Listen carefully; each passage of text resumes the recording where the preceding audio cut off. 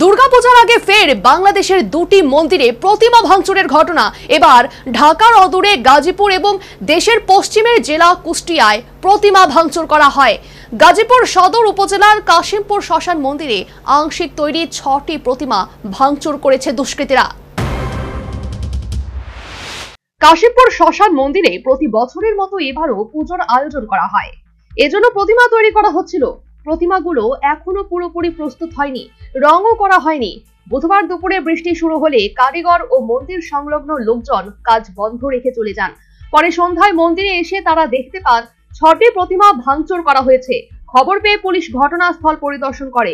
মন্দির কর্তৃপক্ষ জানিয়েছে, পুজো শুরু হয়নি বলে এখনো পাহারার ব্যবস্থা করা হয়নি।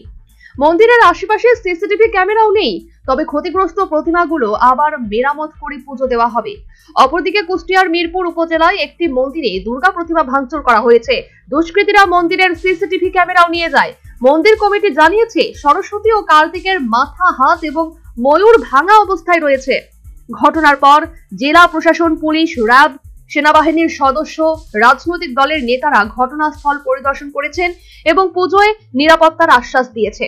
তবে আসন্ন শারদোৎসব নির্বিঘ্নে সম্পন্ন করার আশ্বাস দিয়েছে বাংলাদেশের অন্তর্বর্তী সরকার। এমনকি অন্তর্বর্তী সরকারের প্রধান উপদেষ্টা মোহাম্মদ ইউনূস নিজে সনাতন ধর্মাবলম্বীদের কাছে গিয়ে বার্তা দিয়েছেন, কিন্তু তারপরও আতঙ্ক কাটছে না। এবার দুর্গাপূজায় গোটা দেশের ২৯টি জেলাকে ঝুঁকিপূর্ণ বলে ঘোষণা করল সম্প্রীতি যাত্রা নামের একটি সামাজিক প্ল্যাটফর্ম। এর মধ্যে রাজধানী ঢাকা সহ ৫টি জেলা উচ্চ ঝুঁকিপূর্ণ এবং কম হলেও ঝুঁকি রয়েছে ২৪টি জেলায়। আর এই তথ্য সামনে আসার পর বিশেষজ্ঞদের মতে ২০২৪ সালের গণ আন্দোলনের পরও বাঙালির সেরা উৎসবের নিরাপত্তা নিয়ে কোনো ইতিবাচক পরিবর্তন ঘটেনি। Bureau report, news vanguard.